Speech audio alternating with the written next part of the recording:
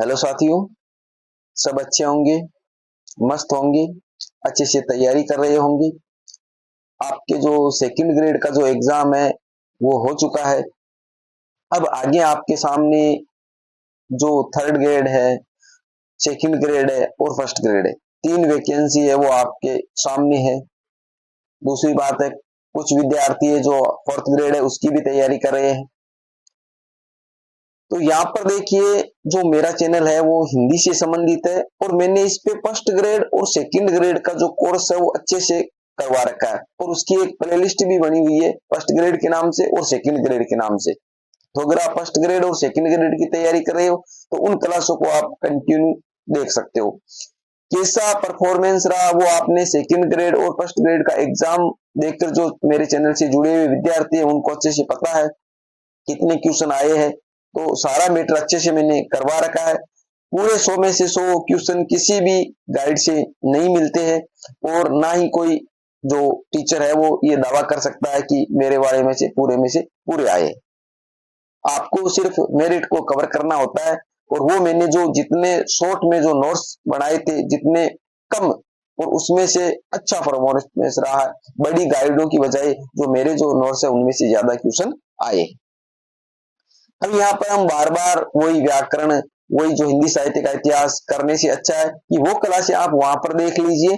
और इस क्लास में हम जो नए सिरे से शुरुआत कर रहे हैं, ये हमारा रिवीजन भी हो जाए और हिंदी साहित्य के जो महत्वपूर्ण जो लेखक, कवि, जो विद्वान है उनका वर्णन हम देखते चलेंगे और बाद में उसका रिवीजन भी करते चलेंगे। तो इस प्रकार ये जो नए सिरे से हम क्लासें हैं वो स्टार्ट कर रहे हैं। तो आप चाहे third grade, second grade, first grade किसी भी एग्जाम की तैयारी कर रहे हो तो आप मेरे चैनल से नियमित जुड़ सकते हैं।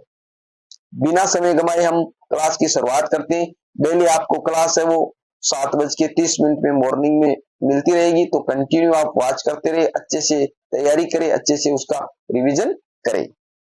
तो देखिए, आज हम जो शुरुआत कर रहे हैं वो है हिंदी साहित्य का काल विभाजन। तो हिंदी साहित्य का जो काल विभाजन किया गया है, उस काल विभाजन के अंदर जो शुरुआत है वो कहां से की गई है वहां से हम शुरुआत करेंगे। बाकी इसके अंदर हम सिर्फ विद्वानों के बारे में, जो विद्वानों से संबंधित जो वर्णन है वही देखेंगे। इसके अलावा आपको जो देखना है वो मैंने हिंदी साहित्य का इतिहास है वो फर्स्ट ग्रेड की क्लास जो दे रखी है उनमें अच्छे से करवाया, तो आप जाकर उसको कंटिन्यू वाच कर सकते हैं। यहाँ पर आपका वापिस है वो रिवीजन हो जाएगा। तो देखिए, शुरुआत है वो गार सादेत तासी जो विद्वान है वहां से की गई है। तो गार सादेत तासी है, उन्होंने हमारे हिंदी साहित्य के इतिहास का जो लेखन है वो शुरुआत की थी। उससे पहले भी लिखे गए पर वो व्यवस्थित नहीं है। शुरुआत है वो कहां से मानी जाती है? गार सादेत तोसी से मानी जाती है। तो प्रथम आपसे यहाँ से क्वेश्चन बनता है, जो हिंदी साहित्य का प्रथम इतिहास लेखक है, हिंदी साहित्य का प्रथम इतिहास लेखक है वो कौन है? गार सादेत तोसी है। तो देखिए, हिंदी साहित्य का प्रथम इतिहास लेखक किसको माना गया है? गौर सादेत तोसी को माना गया। इन्होंने जो ग्रंथ लिखा था, जो इनकी जो पुस्तक थी, उस पुस्तक का नाम क्या था?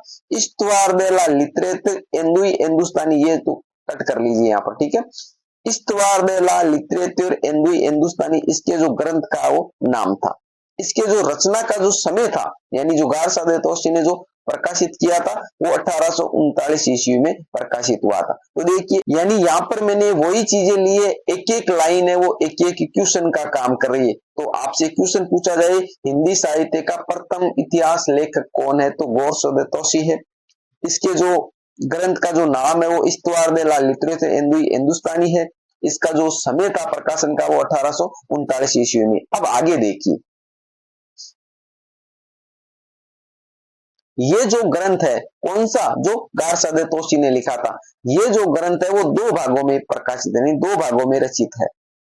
प्रथम जो भाग है वो 1839 ईस्वी में और जो द्वितीय भाग है वो 1847 ईस्वी में प्रकाशित है। तो आपसे पूछा जा सकता है इस्तवार दे ला लिटरेचर एंदुई का जो दूसरा भाग है वो कब प्रकाशित हुआ था? तो वो 1847 में हुआ था। प्रथम है वो 1839 ईस्वी में हुआ था।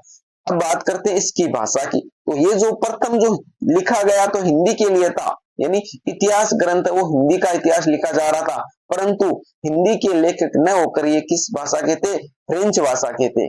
जो गार सादेत तोसी है वो फ्रेंच भाषा के थे, इसलिए इन्होंने जो इस ग्रंथ को वो किस भाषा में लिखा? फ्रेंच भाषा में लिखा। तो ध्यान में रखना है कि हिंदी साहित्य का जो प्रथम इतिहास ग्रंथ लिखा गया था वो हिंदी भाषा में न होकर किस भाषा में था? फ्रेंच भाषा में था।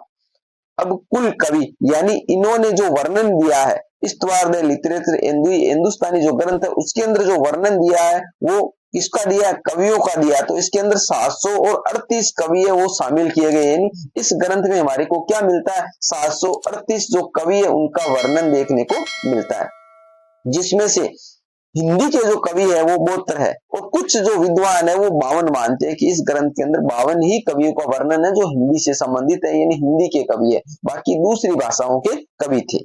यानी जो इतिहास ग्रंथ लिखा जा रहा था तो हिंदी के उसके अंदर कितने? सिर्फ 72 माना गया हुआ। तो आपको ध्यान में रखना है जो एग्जामिनर है वो आपको ऑप्शन के अंदर 72 और 52 दोनों नहीं देगा। तो आपको ध्यान में रखना है 72 आए तो 72 सही कर देना और 52 आए तो 52 सही कर देना।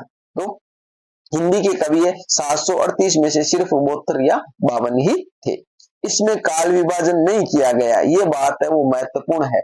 ऐसे क्वेश्चन है एग्जामिनर आजकल थ्योरी वाले जो क्वेश्चन है यानी सीधे फैक्ट न देकर थ्योरी में से ऐसे पूछा जा रहा है। तो आपसे पूछा जा सकता है कि इस द्वार दे हिंदू ग्रंथ से संबंध है तो इसके अंदर इसमें काल विभाजन नहीं किया गया, इसके अंदर 738 कवियों का वर्णन है, इसमें हिंदी के 72 कवि है। इस प्रकार लाइनें देकर आपसे एग्जामिनर आजकल क्वेश्चन पूछता है।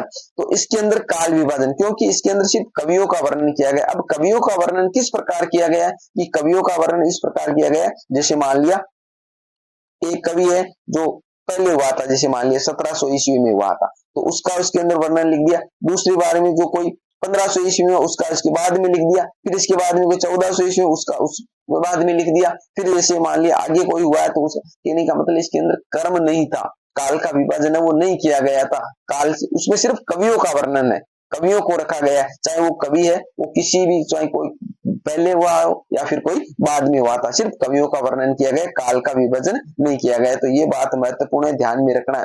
अभी जो शुरुआत हुई है हिंदी साहित्य के इतिहास ग्रंथ के जो लिखने की, हिंदी साहित्य के इतिहास के लेखन की, तो उसके अंदर प्रथम जो इतिहास ग्रंथ लिखा गया उसके अंदर काल का विभाजन नहीं किया गया, अकारादि क्रम का प्रयोग किया गया। अकारादि क्रम क्या होता है कि जैसे मान लिया हमने जो स्वर और व्यंजन पढ़े तो स्वर है वो ऐसे हमारे शुरुआत होते हैं, ठीक है, तो फिर व्यंजन आते हैं तो व्यंजन जैसे मान लिया कैसे, तो अकारादि क्रम का मतलब पहले जैसे ऐसे किसी का नाम आ रहा है तो उस कवि का लिख दिया। अब चाहे वो ऐसे जो नाम आने वाला कवि है जो पहले का हो चाहे बाद में हो, फिर जैसे ए के बाद में आ फिर ई, इस प्रकार जो क्रम चला तो उसके आधार पर इसके अंदर वो कवियों का क्रम रखा गया।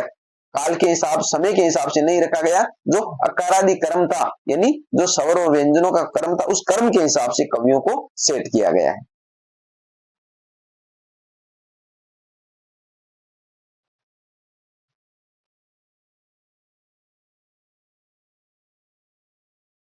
आगे इसका हिंदी अनुवाद यानी जो इस्तवार दे लिटरेचर हिंदुस्तानी गारसा दे ताशी द्वारा जो लिखा गया ग्रंथ था वो फ्रेंच भाषा में था। कौन सी भाषा में था? फ्रेंच भाषा में था। तो उस फ्रेंच भाषा को हिंदी में अनुवाद करने का काम किसने किया था? डॉक्टर लक्ष्मी सागर वार्ष्णेय ने किया। और किस नाम से? हिंदुई साहित्य का इतिहास। इसमें भी हिंदी नहीं लिखा, हिंदुई साहित्य का इतिहास, यानी इस नाम से इसका हिंदी अनुवाद किया गया है डॉक्टर लक्ष्मी सागर वार्ष्णेय ने। एक एक लाइन है वो महत्वपूर्ण, अच्छे से ध्यान में रखना है। और आपको यहाँ से जो गारसा दे ताशी से संबंधित कोई भी क्वेश्चन पूछा जाएगा तो आपको इन लाइनों में से मिल जाएगा, कहीं दूसरी जगह कुछ भी एक्स्ट्रा पढ़ने की जरूरत नहीं है आपको।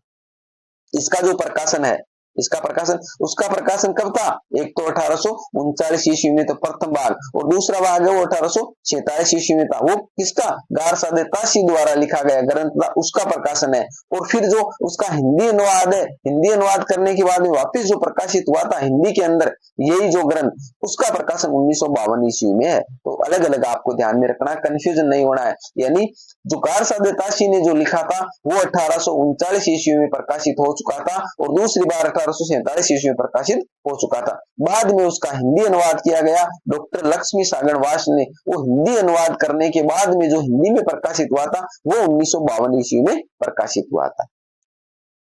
आचार्य शुक्ल ने इसे व्रत संग्रह मात्र कहा है, ये भी महत्वपूर्ण है। यानी इस जो ग्रंथ है गारसा दे ताशी द्वारा लिखा गया जो ग्रंथ है उसको आचार्य रामचंद्र शुक्ल ने सिर्फ क्या कहा? व्रत संग्रह कहा है। इसमें प्रथम कवि अंगद व अंतिम कवि हेमंत पंत को रखा गया।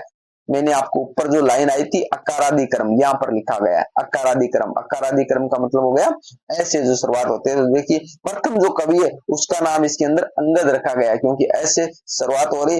और जो अंतिम कवि है वो यहाँ ये है तक ही पहुंचे, यानी है तक ही कवियों का वर्णन इसके मिलता है। तो ए आ ई इस प्रकार चला, फिर जैसे क ख ग अंग इस प्रकार चल के यानी है तक ही पहुंचा। तो प्रथम कवि है वो अंगद है और जो लास्ट का जो कवि है अंतिम कवि है वो हेमंत पंत। ठीक है, तो आज इस क्लास के अंदर हमने शुरुआत में जो गार शब्द तोशी है उसके बारे में जो वर्णन था हमारे हिंदी साहित्य में, और ये महत्वपूर्ण है, इससे संबंधित क्वेश्चन है वो एग्जाम में पूछते हैं, तो इसका वर्णन हमने यहाँ पर देखा है। आगे इसके बाद में जो अगला जो लेखक या जो कवि है विद्वान है उसके बारे में देखेंगे, और उस क्लास में हम इससे संबंधित जो क्वेश्चन है वो क्वेश्चन आंसर है वो भी देखेंगे, आपसे क्वेश्चन आंसर करेंगे जिसका जवाब आप मेरे को कमेंट में दे सकते हैं। वीडियो आपको पसंद आई है तो इसको लाइक करिए, अपने दोस्तों के साथ में भी शेयर कीजिए, जो फायदा आपको मिले अपने दोस्तों को भी मिल सके। किसी भी प्रकार की आपको कमी नजर आ रही है, कोई दिक्कत है तो आप मेरे को कमेंट करके बता सकते हो। मिलते हैं अगली वीडियो में, तब तक के लिए जय भीम जय भारत।